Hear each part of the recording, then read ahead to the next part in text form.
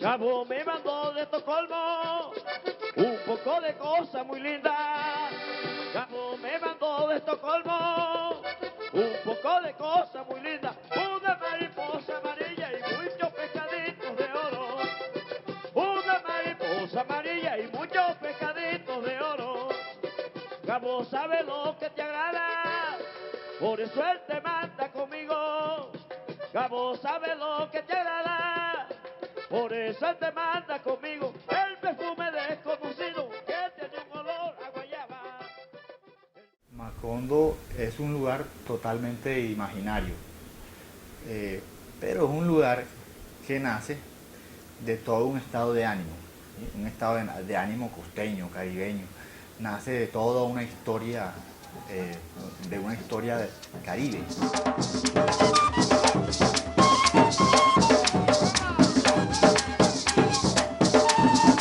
Hoy se puede entender a Macondo como la síntesis de los pueblos pequeños, en donde está La Guajira, Valledupar, Cartagena, Barranquilla, todo el Caribe, pero también las sabanas de Sucre y La Bogotá.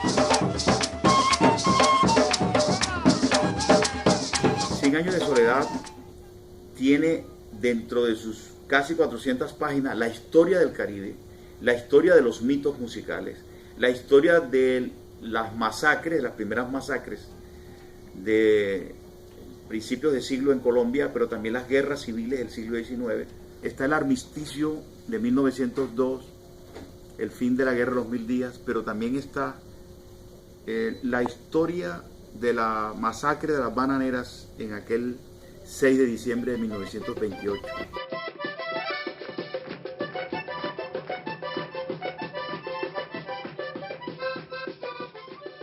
Estamos en el Prado, Sevilla.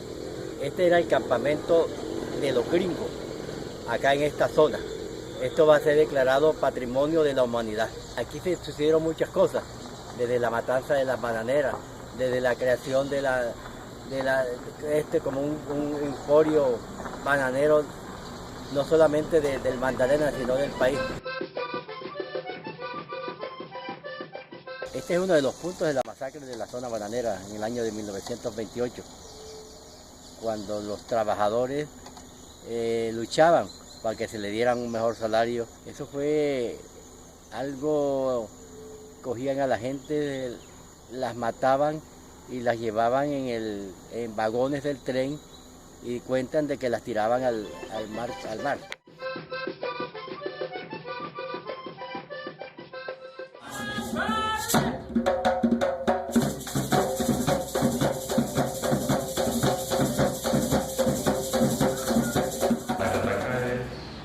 Es todo, encierra todo. La palabra Aracataca es un significado no solamente porque haya nacido el nombre de Aracataca, sino que eso lo siente el cataquero como tal de este municipio donde está impregnado el realismo mágico de Macondo. Está la materia prima, la obra de Gabo. Hoy que estás visitando Aracataca te vas a poder dar cuenta, sin que nadie te lo diga, tú que te has leído la novela, te vas a dar cuenta que la materia prima, la obra de Gabo está en Aracataca. Hay muchas cosas que te van a hacer y te van a transportar a la novela.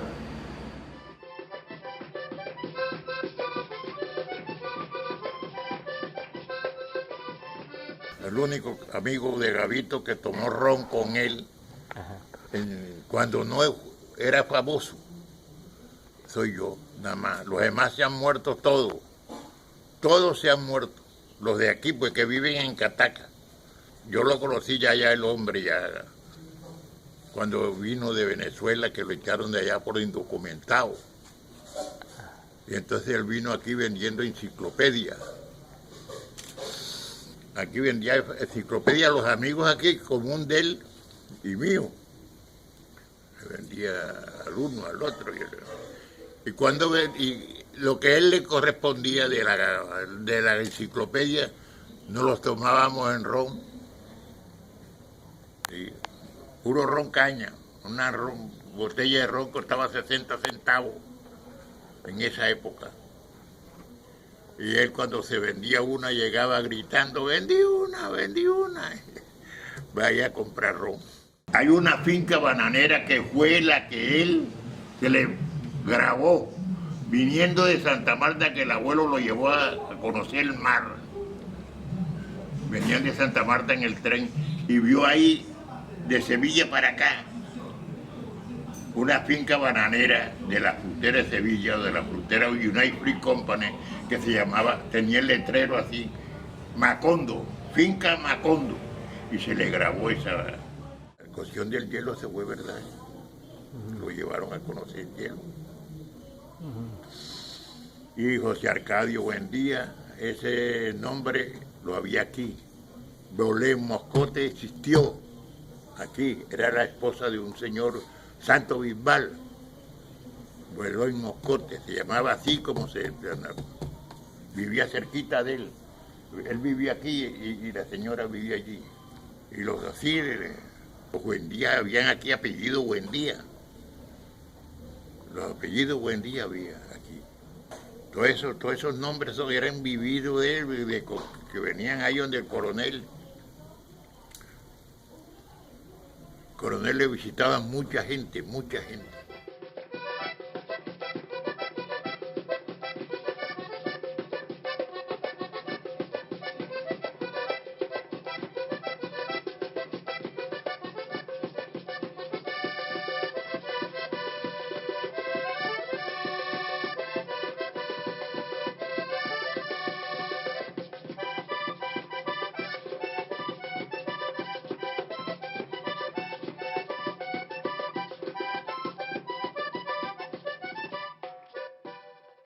García Márquez, al ser guiado por su abuelo, el coronel Nicolás Márquez, un veterano de la Guerra de los Mil Días, fue en su infancia un niño que no tuvo infancia porque de la mano de un abuelo, veterano de una guerra de 1000 días, se convirtió en un cronista desde niño de lo que había ocurrido en el siglo XIX. El abuelo le dio las bases, el conocimiento, la experiencia para descifrar a ese país un siglo antes de nacer García Márquez. 100 años de soledad tiene historias personales. Acuérdense que allí está la historia de Francisco el Hombre, la historia de los inicios de la música de acordeón en el Valle de Upar. Está el inicio de la llegada de la familia García Márquez a La Guajira, a Barrancas. Allí empezó todo en Barrancas.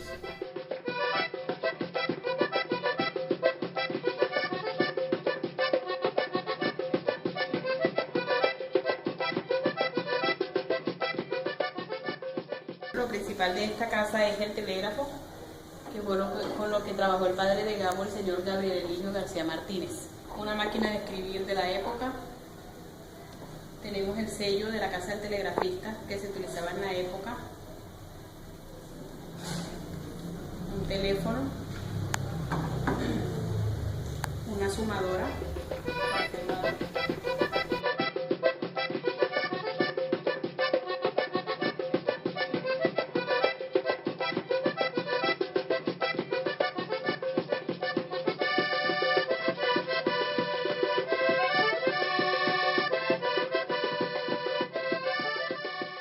Y García Márquez, en el último capítulo de 100 años de soledad, introduce la experiencia vivida en los años 50 en Barranquilla.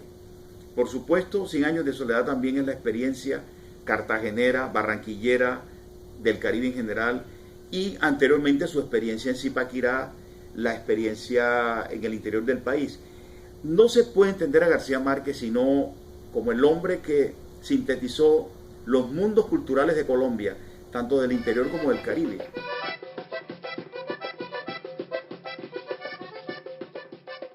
Yo creo que García Márquez sacó lo mejor de cada ciudad. En Barranquilla aparece en las últimas 80 páginas de 100 años de soledad. Cartagena no aparece nombrada con el nombre, aparece solamente en las últimas páginas también de 100 años de soledad. Y García Márquez nombra a Cartagena de manera cifrada, elusiva.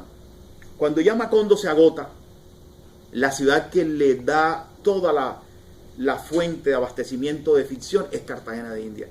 Y García Márquez no la nombra sino desde los lugares pequeños. Por ejemplo, el Portal de los Dulces, el Parque de los Evangelios, el Muelle de los Pegasos, la Bahía de las Ánimas, el Camellón de los Mártires, el Pie de la Popa, están nombrados en El amor, los tiempos del cólera.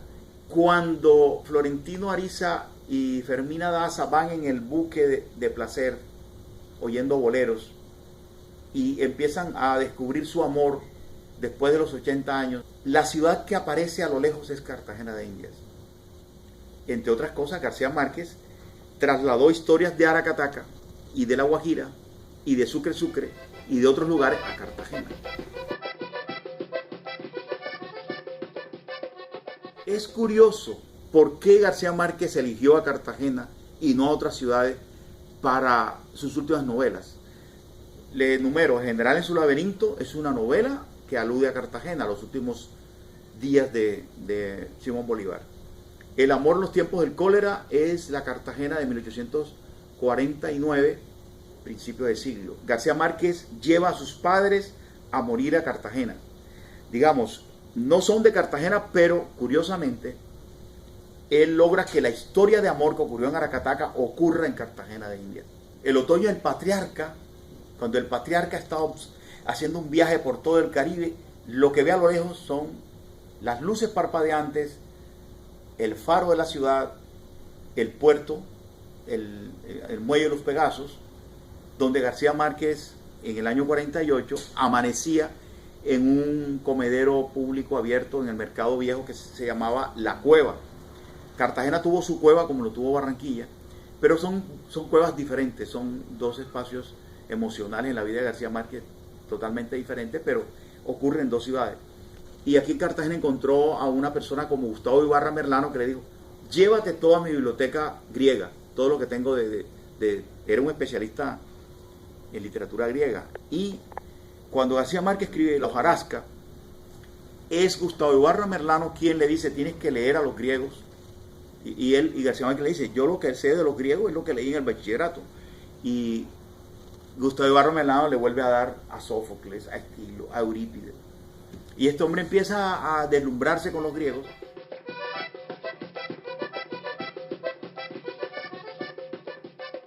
Barranquilla es una ciudad central en la vida de García Márquez y en su obra.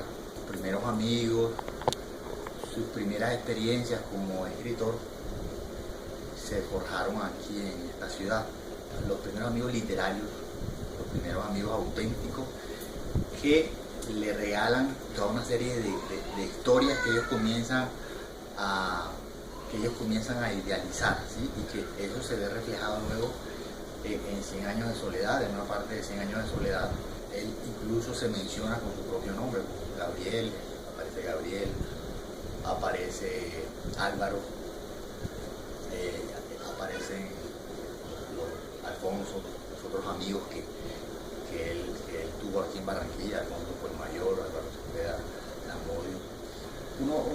Uno se va dando cuenta que él ya tiene toda una mitología alrededor de esa época juvenil, vital, ¿sí? Exuberante que él pasó aquí en la ciudad, cuando ni siquiera tenía dinero, cuando tenía que dejar un manuscrito así, que fue el primer germen de Macondo, el germen de 100 años de soledad. Tenía que dejarlo como preventa para poder pasar la noche en el hotel, en el prostíbulo prácticamente, donde pasaba las noches él aquí. En memoria de mis putas tristes, uno ve que ya él, ya viejo García Márquez, vuelve a su nostalgia barranquillera, ¿sí? Es una novela totalmente barranquillera. Y una de sus mejores novelas, siempre lo digo, y yo estoy muy de acuerdo con eso, y es El otoño del patriarca. Es una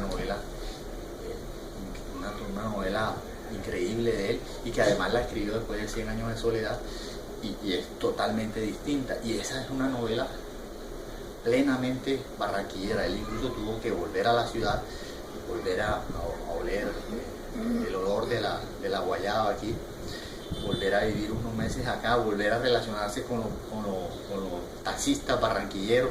En esa obra uno siente en la oralidad que despliega todo ese mundo barranquillero que siempre estuvo muy cerca de él.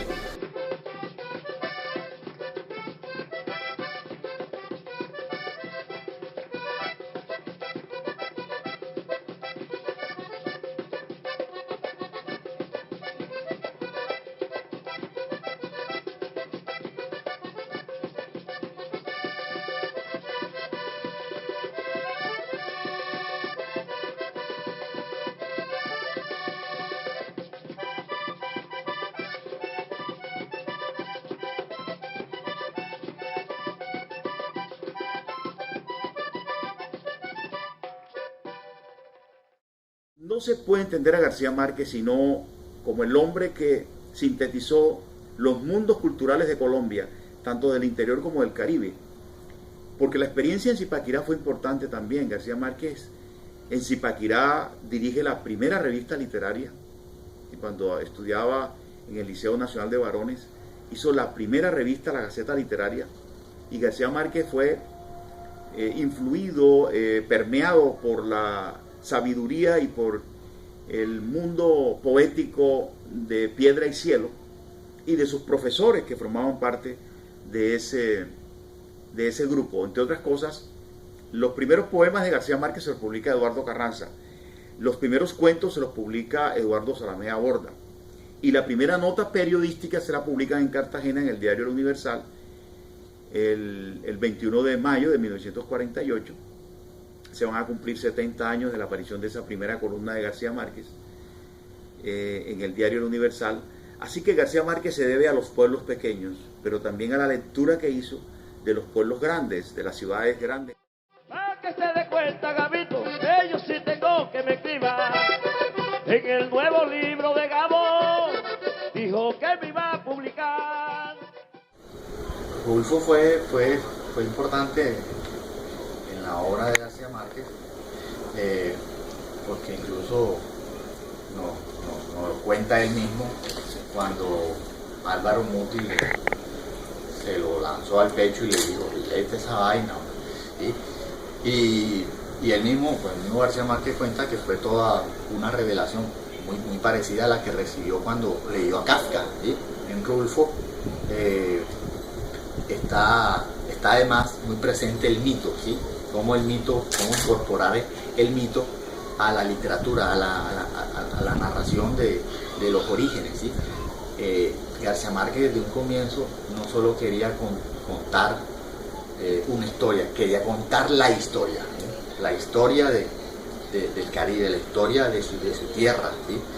La historia de Latinoamérica, ¿sí? Entonces, si él tenía esas ambiciones, cuando encuentra toda esa raigambre mítica que tiene Rulfo en sus escritos, ¿sí?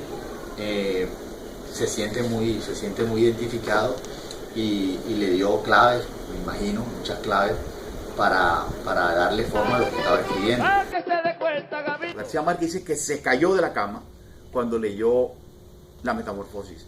De igual manera se cayó de la cama cuando leyó Pedro Páramo. García Márquez tiene influencias de muchos escritores, pero en especial de William Faulkner, de Juan Rulfo, de Virginia Woolf, de las Mil y Una Noches, por supuesto. García Márquez le interesaba contar una historia que inicialmente tuviera como escenario una casa, pero después se dio cuenta que la casa se quedaba pequeña, entonces utilizó el pueblo como escenario de todas sus novelas. William Faulkner dice, Dios sabría en aquella tarde que ocurriría tal cosa, o sea, Dios como personaje. Y García Márquez también tiene a Dios como personaje y también tiene al pueblo como personaje. 100 años de soledad, como lo dijo en su primer momento Carlos Fuentes, ha sido una especie de Biblia latinoamericana, pero mucho más que eso, ha sido un libro en donde el hombre colombiano o el hombre del Caribe o el hombre universal, más allá de la región, de las fronteras nacionales, es una manera de descubrir el mundo. Curiosamente, el Macondo que hablaba de un lugar pequeño se convirtió en un espejo del país. 100 años de soledad es un sofisticado aparato lingüístico. Es una demostración de lo que puede hacer un escritor con la única herramienta de la lengua.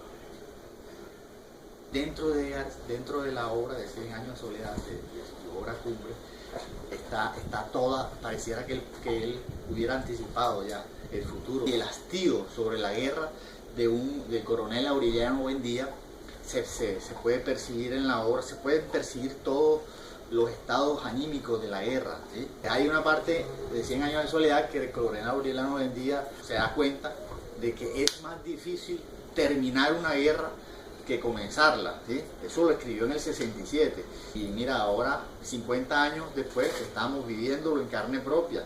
Parecía tan simple si hay las voluntades de lado y lado, y figúrate que todos los tropiezos, todos los escollos que nos encontramos, hasta en la misma población civil que votó por el no.